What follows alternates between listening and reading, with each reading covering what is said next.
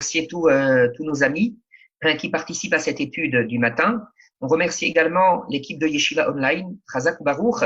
Et puis aujourd'hui, nous avons effectivement beaucoup d'émotions parce que nous clôturons l'étude du Perek Aleph, du chapitre 1 des Pirkei Avot, avec la Mishnah numéro 18, la Mishnah de Rabban Shimron ben Gamliel. Et à titre d'introduction, on souhaite dédier cette étude pour la réfouach shlema de tous les Cholei Amo Israël et de tous les Cholim aux quatre coins du monde. Et on demande à Kadosh Baruch Hu qu'il nous prenne en pitié et qu'il mette fin à ce fléau du coronavirus. Et également, on demande à Kadosh Baruch Hu que cette étude puisse contribuer les Ilun Nishmatam Shel Kol Metei Israël et en particulier les Ilun Nishmat Dodi Hayakar Mimoun El Koubi Bar Nejma.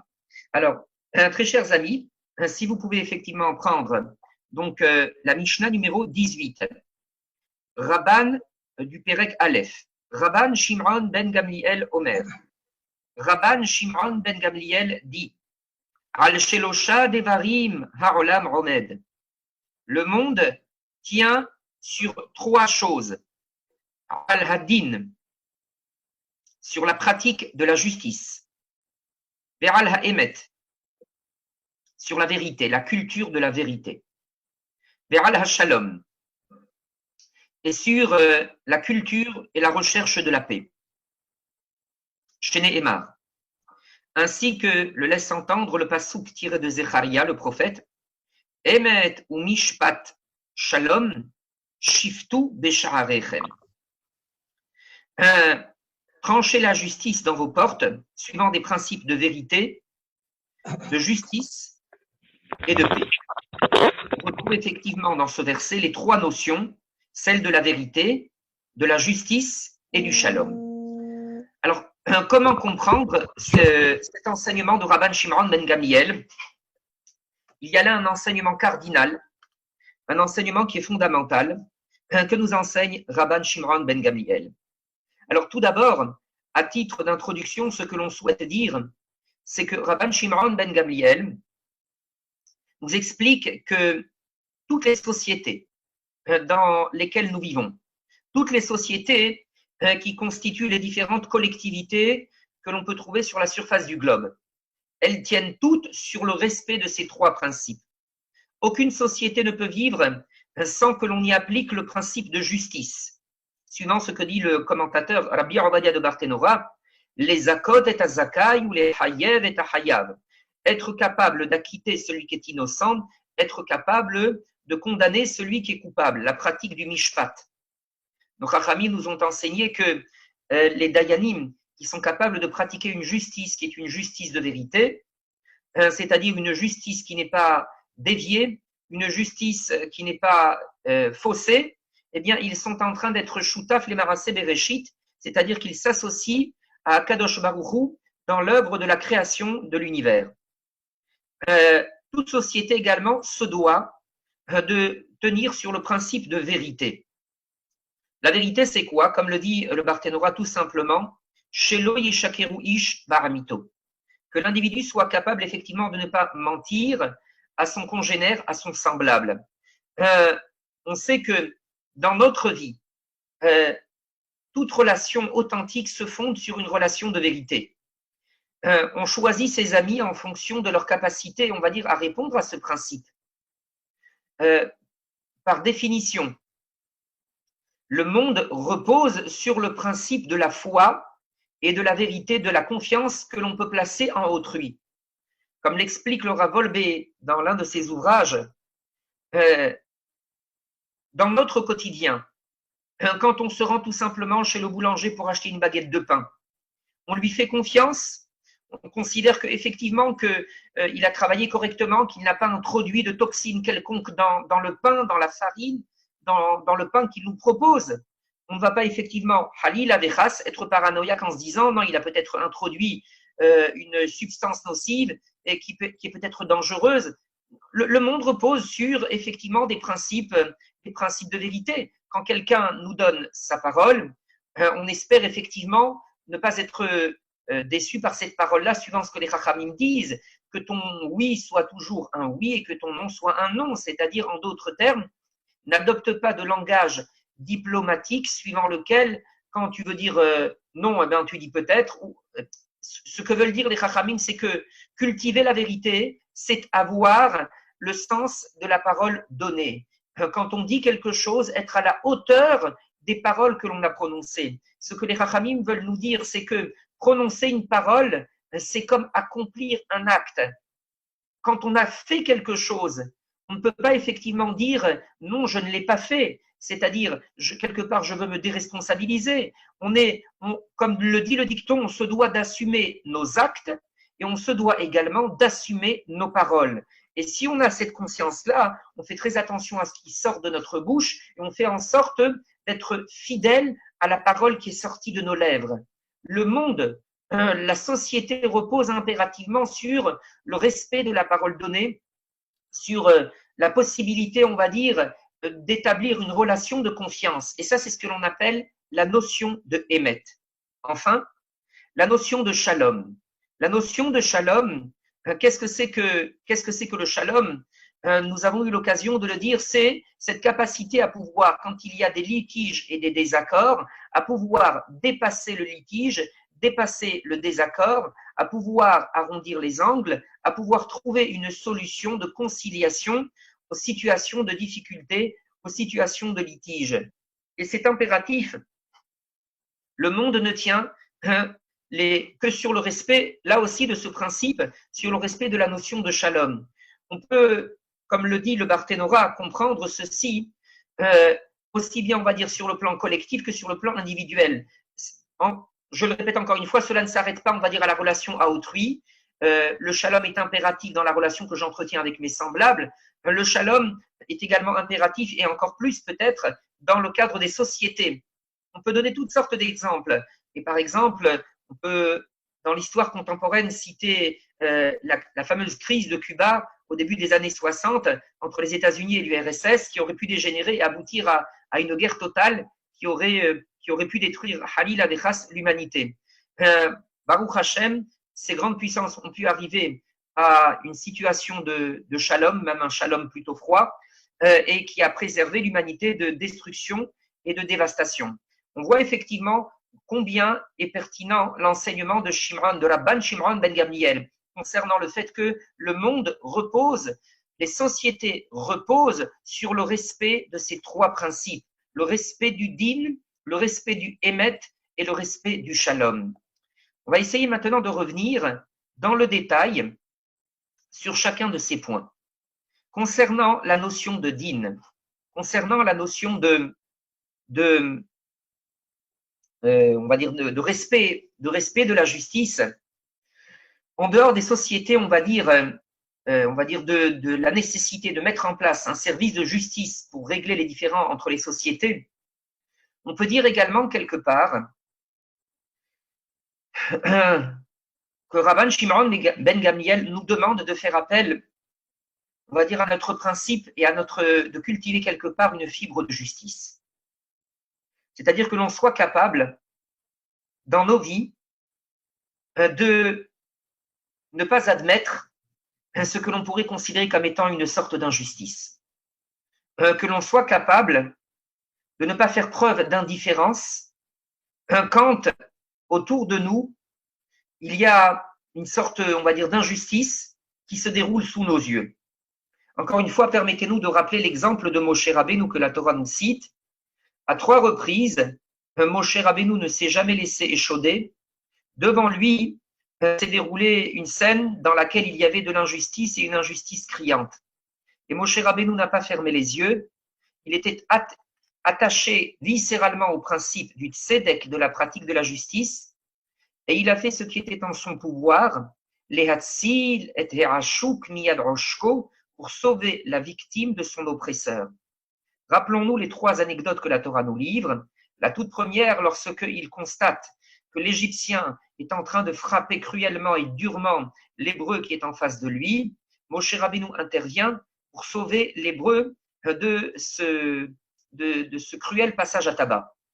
Dans la deuxième anecdote que la Torah nous rapporte, il voit 2 Hébreux, avec un qui est en train, sur le point de se jeter sur son prochain, et Moshe Rabbeinu l'interpelle en lui disant « Mais qu'est-ce que tu es en train de faire ?» Le troisième point, La troisième anecdote, c'est lorsque Moshe Rabbeinu prend la fuite, il arrive à Midian et il constate que les pauvres bergères qui ont puisé de l'eau et qui ont versé cette eau dans la mangeoire se font chasser par des individus qui viennent, de mauvais bergers qui viennent pour abuser de ce qu'elles ont fait, c'est-à-dire de leur prendre leur eau qu'elles ont puisée à la force de leurs bras pour l'utiliser pour leurs propres bêtes. Et Moshe Rabbeinu intervient. Littéralement, il n'adopte pas la politique de l'autruche en se fermant les yeux et en se disant « je n'ai rien vu et je n'ai rien entendu ». Il intervient. On voit ici effectivement que l'on doit apprendre dans notre vie à développer cette fibre du tzedek, cette fibre de la, on va dire, de la justice, être capable effectivement de ne pas se laisser aller à l'indifférence ou à une neutralité qui parfois serait significative, serait synonyme de complicité, on va dire, avec le méfait et avec le forfait qui est commis. Bien entendu, cela doit être réalisé avec intelligence, mais on doit comprendre effectivement la nécessité de garder toujours en son cœur le fait de considérer le tzedek et le din comme étant une valeur suprême, comme étant une valeur que l'on doit cultiver, incarner et transmettre à nos enfants. Dans un autre ordre d'idées, on peut comprendre également la notion de din ici, c'est-à-dire le monde repose sur le din. On vient nous rappeler la chose suivante. C'est que Akadosh Baruch Hu, yesh din ve yesh dayan. Akadosh Baruch Hu constitue et le juge, le din, c'est-à-dire le dayan. Il n'a pas, quand il a créé le monde, laissé le monde littéralement à l'abandon. Akadosh Baruch Hu est présent. Et comme le disent nos maîtres, yesh din ve yesh dayan. Il y a une justice dans le monde et il y a un dayan. Exactement comme on avait eu l'occasion de développer cet enseignement à propos de la Mishnah qui enseignait c'est-à-dire, ne t'imagine pas que le monde est complètement hefker, livré à l'abandon et que les méchants qui sont en train effectivement de pratiquer le mal, de pratiquer toutes sortes de forfaits, de commettre toutes sortes de méfaits et de forfaits, qu'ils resteront dans l'impunité. Ne t'imagine pas une telle chose, dit le Tana. Sache que Akadosh Baruch Hu veille au grain, il pratique la justice au moment où sa volonté le détermine, et le Dayan, le juge suprême, est bien présent.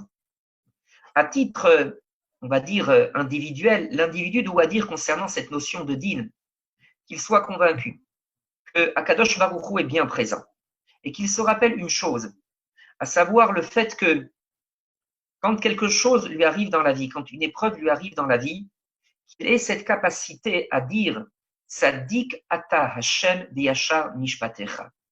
Maître du monde, je ne comprends pas pourquoi telle chose m'est arrivée. Je suis effectivement dubitatif, perplexe, mais il y a une chose que je déclare et que j'exprime avec force, c'est le fait que Tzadik ata Hashem.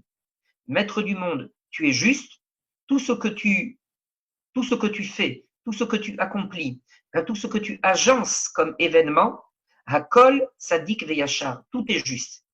Tzadik ata Hashem veyachar mishpatecha. Tes décisions de justice, elles sont absolument droites, intègres, et il n'y a rien qui effectivement puisse être reproché. Khalila vechas, les Chachamim nous ont toujours dit Shelo leharher ahar midot akadosh baruch hu, de ne jamais émettre le moindre reproche ou soupçon de reproche à Akadosh Baruch Hu concernant l'attitude et les décisions de justice qui sont celles d'Akadosh Baruch Hu. Les Chachamim nous mettent en garde en nous disant Akadosh Baruch Hu se situe bien loin de l'être humain avec son intellect absolument insignifiant.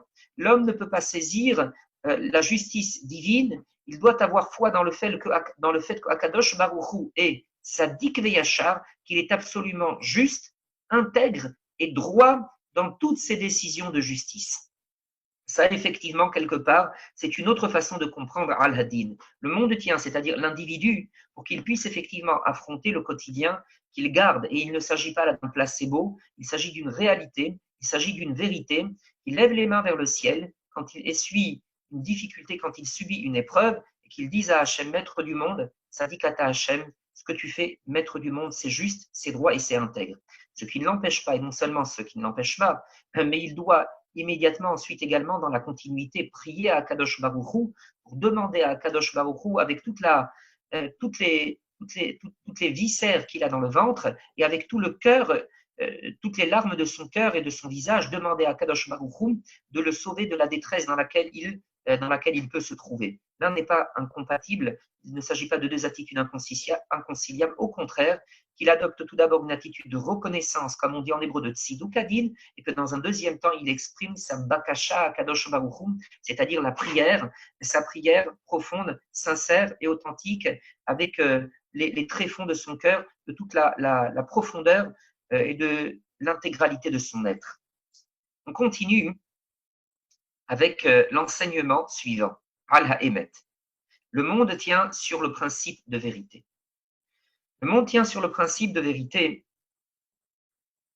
La vérité, c'est la capacité, comme nous le disions,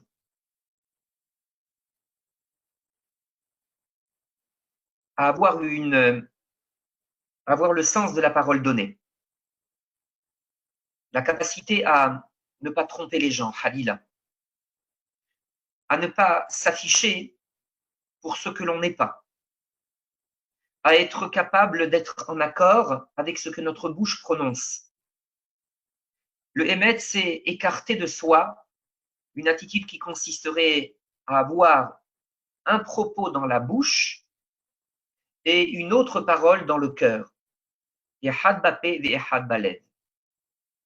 Le émet, c'est s'écarter au maximum du sheker, du mensonge, de la ramaout, de l'abus de confiance, de la tromperie. Nous avons dans la Torah deux personnages qui se sont rencontrés et qui ont eu l'occasion d'être dans une confrontation. C'est Lavan et Yarakov. Yarakov représentait le Hémet, l'adhésion à la vérité. Comme le dit le pasuk Titen Hémet le Yarakov, donne la vérité à Yarakov. Lavan, quant à lui, représentait le sheker, le mensonge.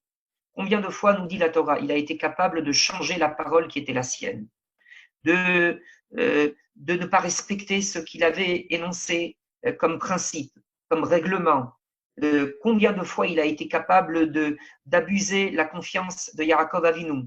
Les gens ne pensent que à l'histoire du mariage, le mariage pour lequel il a trompé Yaakov Avinu. Mais Lavan a fait beaucoup plus que cela. Je veux dire, il a continué à tromper, à abuser Yaakov Avinu tout au long des années où ils ont travaillé ensemble. Et concernant Lavan, la Torah nous raconte qu'il a fait preuve de sheker, qu'il a fait preuve de mensonge, qu'il a fait preuve de ramaout.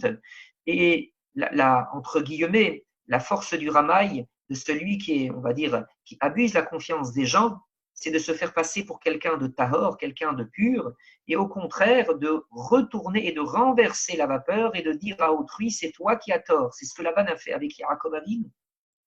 Quand Yaakov Avinu est venu le voir en lui disant « Mais je ne comprends pas, je devais me marier avec Rachel, tu m'as donné Léa, que s'est-il passé ?» Et Lavan a dit, au lieu de dire et de reconnaître le tort, Lavan a dit « Mais c'est toi qui as mal agi. Comment est-ce que tu pouvais penser un seul instant qu'on pourrait épouser au final la cadette avant de marier l'aîné ? C'est toi qui n'as pas respecté les principes et les règlements qui sont ceux qui sont en vigueur ici dans cet endroit-là. » Lavan donc représente le sheker, la ramaout, et à côté de cela, Yaakov, c'est le émet. On doit apprendre effectivement à mettre de côté le sheker et la ramaout, qui sont ceux de Lavan, et à cultiver au contraire le émet qui est celui de Yaakov Avinu. Quand on prend un livre fondamental de Moussar qui s'appelle le Messilat Yesharim, dans le Perek Yud Aleph, le Messilat Yesharim qui a été écrit par Rabbi Moshe Chaim Luzzatto Zecher Tzadik Vekadosh Livracha, dans le Perek Yud Aleph, le chapitre 11, Rabbi Moshe Chaim Luzzatto, le Ramchal, nous enseigne. Il est écrit dans la paracha de Mishpatim, Midevar Sheker Tirchak, tu devras t'éloigner d'une parole mensongère. Le Ramchal, Rabbi Moshe Chaim Luzzatto, fait remarquer Constate, cher lecteur, Shelo Amar Misheker Tishamer. Le passouk de la Torah n'a pas dit garde-toi de dire un mensonge. Fais attention de ne pas dire un mensonge. Et là, le passouk a dit Midevar Sheker Tirchak. Éloigne-toi, les Ha'irotanu, pour éveiller notre esprit au fait qu'on doit s'éloigner. Et on doit prendre la fuite, c'est-à-dire s'éloigner très très loin d'une situation de mensonge.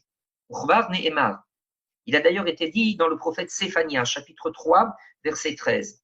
She'erit Israël, lo ya'asu avla. Le peuple d'Israël ne peut pas commettre cette avla, c'est-à-dire cette abomination, avoir une attitude crapuleuse, laquelle Velo yedaberu chazav. Ils ne peuvent pas effectivement se permettre de dénoncer des paroles décevantes, des paroles de mensonges. Velo imatse befihem. Les shontarmit, il ne faut pas qu'il y ait dans leur bouche une langue sinueuse, tortueuse et mensongère. On voit ici que le prophète Séphania considère comme étant une ravla. Une ravla, c'est un terme qu'on utilise en hébreu pour parler de quelque chose qui est abominable. Pour parler de quoi? Du sheker, c'est-à-dire du mensonge, de la parole mensongère, de la parole qui est une parole tortueuse, sinueuse, qui cherche à tromper. Les shontarmit. Le Ramchal continue et nous dit, les Chachamim nous ont enseigné dans la Gemara de Shabbat, folio 55, Hotamo shel Akadosh Baruch Hu Emet. Littéralement, le sceau de Akadosh Baruch Hu, c'est le Emet, la vérité. Hotamo shel Akadosh Baruch Hu Emet. Et d'ailleurs, si vous prenez les 3 premiers mots de la Torah, Bereshit, Bara, Elokim, vous regardez les lettres sophiotes, c'est-à-dire les lettres finales des 3 premiers mots, Bereshit c'est Tav, Bara c'est Aleph, et ensuite Elokim c'est Mem, vous avez les 3 lettres constitutives du mot Emet. Emet, comme pour dire effectivement dans les lettres finales que le sceau, le Chotam d'Akadosh Baruch Hu, c'est la vérité. Qu'est-ce que c'est qu'un Chotam? Le sceau, c'est, à l'époque, c'était le signe par lequel on pouvait reconnaître l'identité d'un individu. Quand on avait reçu une lettre avec un sceau qui était mis en cachet sur la lettre, on savait effectivement qui en était l'auteur. Quand on entend une parole, quand on entend, si on veut effectivement savoir qu'est-ce qui permet d'identifier la conduite d'Akadosh Baruch Hu, dit la Torah, c'est le Emet, la vérité. Toute la conduite d'Akadosh Baruch Hu, c'est Emet la Amito, la vérité et la pure vérité. Toutes les paroles d'Akadosh Baruch Hu sont l'expression de la pure vérité. Et puis ensuite, le Ramchal continue et dit, on en déduira chez Im ha-Emet ou Mashebaharbo Akadosh Baruch Hu. Si le Emet constitue ce que Akadosh Baruch Hu a choisi en tant que Chotam, en tant que sceau, que signe distinctif, Kamaï Efko Metorav Lefanav, on comprendra que à quel point effectivement ce qui constitue le contraire du Emet, c'est-à-dire le Sheker, le mensonge, combien Akadosh Baruch Hu le réprouve, combien Akadosh Baruch Hu le déteste et le prend en abomination et exècre ce type d'attitude. Et encore une fois, combien il est important de pouvoir cultiver cette valeur de la vérité dans notre quotidien. Combien effectivement aujourd'hui dans la société dans laquelle on vit, combien effectivement la tentation est grande de ne pas respecter ce principe de émettre, de ne pas respecter ce principe de vérité. Combien l'individu doit faire en sorte de se préserver de toutes sortes d'attitudes, d'abus, de tromperies, dans tous les métiers, on va dire, qui sont ceux, on va dire, de la société d'aujourd'hui. La possibilité existe de tromper autrui, de lui mentir, d'abuser de sa confiance dans tous les corps de métier. Et la Torah nous dit, attention, tenez-vous-en au émet. La vérité, il faut être capable d'être un homme de vérité, être un homme de droiture, être un homme d'intégrité. David Amelech a dit dans les Tehillim, au chapitre 25, verset numéro 21, Tom vayosher itzeruni. Ce qui constitue ma protection, dit David Amelech, c'est Tom, l'intégrité, vayosher et la droiture.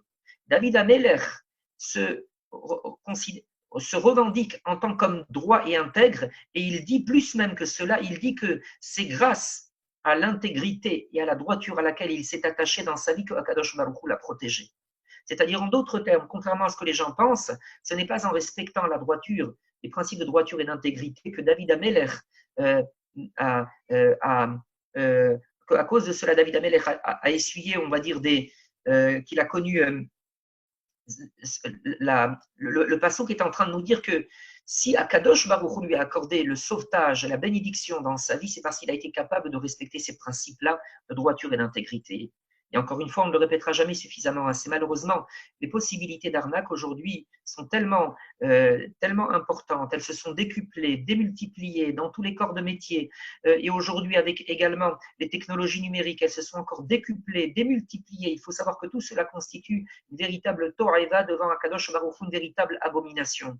Combien effectivement les gens aujourd'hui ne se rendent pas compte que, on va dire, que toutes sortes d'abus ou toutes sortes d'arnaques aux assurances ou des choses similaires, combien effectivement elles constituent une véritable toreva, une véritable abomination, et combien on se doit effectivement de rester viscéralement attaché au principe du émet, au principe de la vérité. Le monde tient sur ça, le monde tient sur cela. Si on est véritablement un ish émet, un homme de vérité, alors on peut effectivement revendiquer cet attachement à Kadosh Baruch Hu.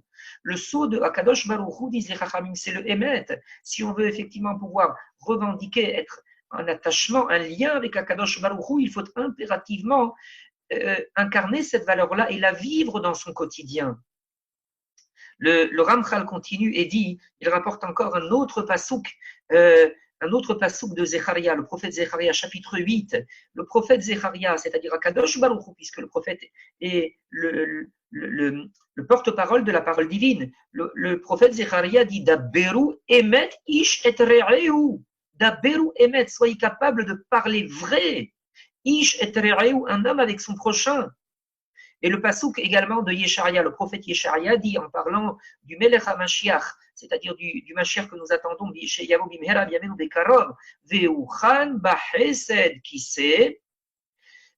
comment est-ce que le trône du Melech, du roi, sera affermi, le Melech HaMashiach, grâce à quoi il pourra s'asseoir dessus, Be'emet, grâce au respect de la vérité, grâce au respect de ce principe-là.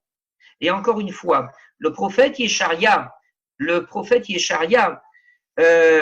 s'exprime dans le chapitre numéro 63. Ach vayomer, ach ami hemma banim lo yeshakeru. Seulement, mon peuple, hemma banim, mes enfants, lo yeshakeru. Je vous en prie, effectivement, ne mentez pas. Et de là, effectivement, le Ramchal explique le fait que comment est-ce qu'Akadosh Baruch Hu considère ses enfants, c'est-à-dire à partir de quand on peut se revendiquer en tant que ses enfants si on est capable de ne pas mentir, si on est capable de ne pas émettre de paroles mensongères. Et le Ramchal termine en disant que l'on se rappelle que Yerushalayim, la ville dans laquelle se trouve le Beth Amikdash, a été appelée Ira Emet, la ville de vérité. Le Beth Amikdash siège sur le socle de la vérité. Ça, c'est effectivement pour la notion de Emet. On veut également rapporter cette belle histoire que le Pélé Yoretz, un grand livre de Moussar, rapporte concernant la notion de Emet. Il nous dit que, on nous rapporte dans un midrash l'histoire suivant laquelle il y avait quelqu'un qui était un rachar gamour, c'est-à-dire quelqu'un qui était mais complètement éloigné de la pratique des mitzvot. Il ne faisait absolument rien, mais simplement, il avait accepté de respecter un principe, le principe de vérité. C'est-à-dire, il ne voulait pas effectivement, il s'en était tenu en se disant, je suis quelqu'un qui ne pratiquera pas le mensonge, le sheker, je respecterai le principe de vérité. Et quand il allait effectivement pour commettre une avera, nous dit le Midrash, Ayachoshev, il se disait en lui-même, Imish Alouni, mais si on me demande, qu'est-ce que je fais, qu'est-ce que je répondrai? Im Omar Emet, si je dis la vérité, eh bien, Evosh, j'aurai honte. Veim Omar Sheker, et si je dis le mensonge, je vais transgresser le principe, la décision que j'ai prise de respecter cela. Et donc, dit le Midrash, compte tenu du respect de ce principe, d'un côté, il ne voulait pas dire la vérité pour ne pas éprouver le sentiment de la honte, et de l'autre côté, il ne voulait pas transgresser le principe qu'il avait accepté, c'est-à-dire le fait de respecter le émet et de ne pas dire de sheker, de ne pas dire de mensonge. Au final, dit le Midrash, cet homme-là a réussi effectivement à redresser la pente, à finalement retrouver le chemin de la pratique des mitzvot. Voilà cette histoire qui montre effectivement l'importance qui est celle du émet. En ce qui concerne le shalom, on rapportera le fait que les Chachamim nous disent combien le shalom est important. Et la plus belle preuve, c'est que Tout le Talmud, toute la Mishnah, elle se termine par un enseignement sur le shalom. Dans le traité Ruxi, qui est le dernier des traités de Mishnah et le dernier des traités donc du Talmud, on nous rapporte un enseignement. C'est le tout dernier enseignement. Amar Rabbi Shimon ben Halafta. Rabbi Shimon ben Halafta a dit Lo matzaha kadosh baruchu. Akadosh baruchu n'a pas trouvé, on va dire, de meilleur, de Keli Mahazik Berachale Israël, de meilleur récipient pour recueillir la Beracha pour le peuple d'Israël, si ce n'est le Shalom. Je répète encore une fois, Lomatsa Kadosh Baruch Keli Mahazik Berachale Israël, et là Shalom. Shene'emar, ainsi que le dit le passouk dans les Tehillim, chapitre 29, verset 11. Adonai Oz et Amo Iten, Adonai Yivarech et Amo Bashalom. Ce qui veut dire la chose suivante. Kadosh Baruch donne à son peuple, il donnera à son peuple la force. Et comment il donne la force?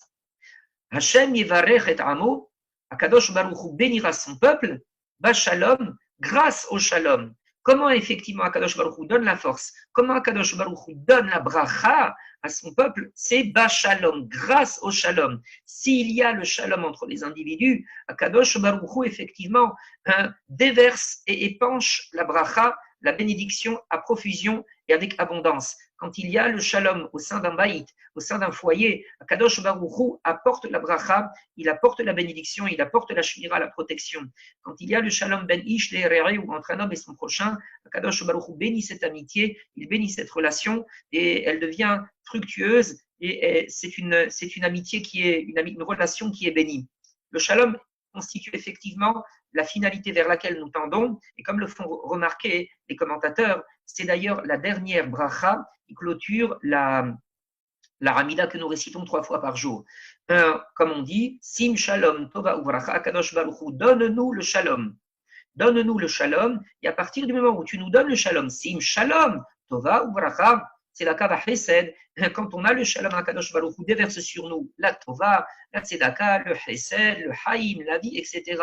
Le socle grâce auquel on peut recueillir cette lumière d'Akadosh Baruch Hu, la bénédiction d'Hachem, le Keli, c'est exclusivement le Shalom, nous disent les Chachamim, la dernière donc bénédiction de la Hamida. On fera remarquer également que la Birkat Kohanim constitue effectivement elle se termine par la notion de Shalom. Vous connaissez le pasuk, il y a Shalom. Kakadosh Baruch Hu te donne le Shalom, c'est la finalité vers laquelle on tend.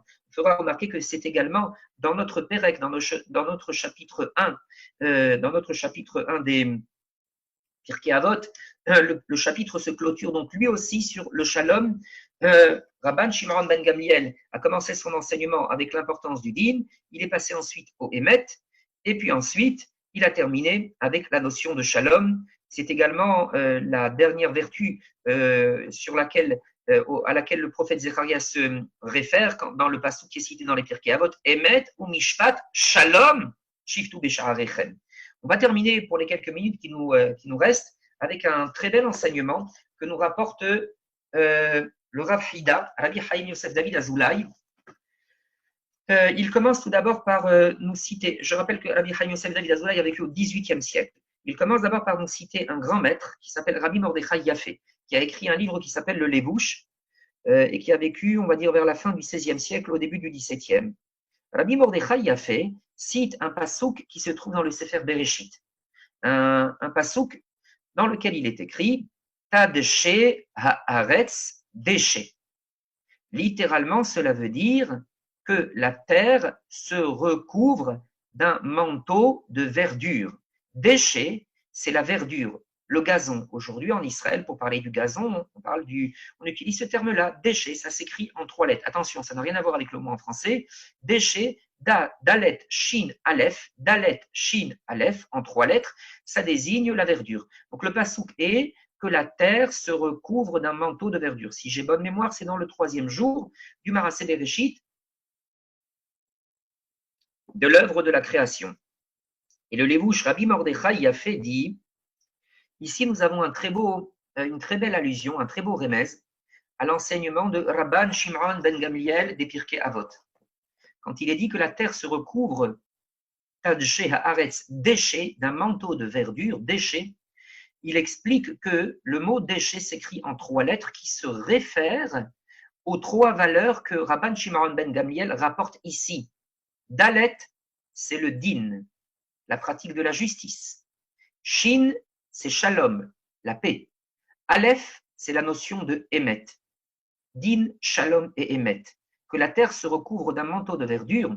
Rabbi Mordechai Yafé explique en fait que cela signifie, alpi, on va dire, d'après une compréhension approfondie, que la terre soit capable de se recouvrir d'un manteau de justice, de paix et de vérité. Voilà ce que dit les bouches Rabbi Mordechai Yafé. Et le Rav Frida, Rabbi Chaim Yosef David Azoulay complète. Et il dit, nous connaissons, nous savons que lorsque la neshama, lorsque l'être humain se met à dormir le soir, lorsque la neshama le quitte et qu'elle retrouve les hauteurs célestes, près de la Shekhinah, près de la présence divine, on nous enseigne que la neshama a ensuite des réticences à revenir le lendemain matin. Parce que quand elle se trouve près de la Shekhinah, près de la présence divine, alors elle est effectivement réticente à retrouver, on va dire, l'être humain avec les petitesses et les mesquineries qui peuvent être les siennes. Et que se passe-t-il? On nous raconte que lorsque la Neshama constate que même la Shekhinah, Akadosh Baruch Hu, il souhaite demeurer Batartonim dans les mondes inférieurs, c'est-à-dire que le projet d'Hachem, c'est de faire en sorte que sa Shekhinah, sa présence divine, se trouve dans le monde terrestre, que les êtres humains, que les Béné Israël en particulier, soient capables d'accueillir la Shekhinah, alors c'est de la sorte qu'elle effectue, on va dire, un retour en direction de ce bas monde pour faire en sorte effectivement de retrouver, on va dire, la protection de la Shekhinah. Et le Rav Frida dit, c'est en ce sens que l'on peut comprendre ce qui est écrit dans le Mizmor que nous récitons le vendredi soir, juste avant Alenu Beshabeyach, et le Mizmor également qu'on prononce à la Serouda Shelishi, vous le connaissez. Mizmor les David. Hashem Roi Lo Ehsar. Littéralement, l'Éternel est mon berger. Lo Ehsar. Donc, je ne manquerai de rien. Le Rav Frida dit que ces mots, on peut les mettre dans la bouche de la Neshama, si on peut s'exprimer de la sorte. La Neshama dit, puisque Hachem est mon berger, il est avec moi, Lo Ehsar, je ne manquerai de rien si je descends dans ce bas monde. C'est la suite du pasuk. Bin hot deshe yarbitseni. Je reprends le pasuk. Mizmor et David Hachem roi Lo Ehsar. Bin hot deshe yarbitseni. Il me fera littéralement, il me permettra de brouter ou littéralement de cheminer, de demeurer bin hot déchets dans des verts pâturages. Déchets ici, dit le Rav Frida, c'est ce que l'on vient de voir, c'est-à-dire le din, le shalom et le émet. Compte tenu du fait que je vais pouvoir effectivement demeurer, ou j'aspire à demeurer dans des conditions de din, de shalom et de émet, qui constituent les conditions propices pour tracter la Shekhinah, alors après je n'ai plus effectivement à me soucier, dit la Neshama, Akadosh Baruch Hu me dirigera vers littéralement les eaux de la sérénité, les eaux de la tranquillité, la mer de la tranquillité. Voilà les propos qui sont ceux de la Neshama, qui nous permettent effectivement de comprendre le caractère absolument fondamental, je veux dire essentiel, de ces 3 valeurs que l'on doit apprendre à cultiver, la pratique de la justice, la valeur de la vérité et également la valeur du shalom. Voilà, merci à vous toutes et vous tous pour le temps que vous avez consacré pour ce moment d'étude. Et encore une fois, un très grand merci à nos amis de Yeshiva Online. Et voilà, donc, on peut se dire Chazak, Chazak, Ve'enit Chazek, Baruch Hashem Toda Lael. Voilà, nous avons pu aller jusqu'au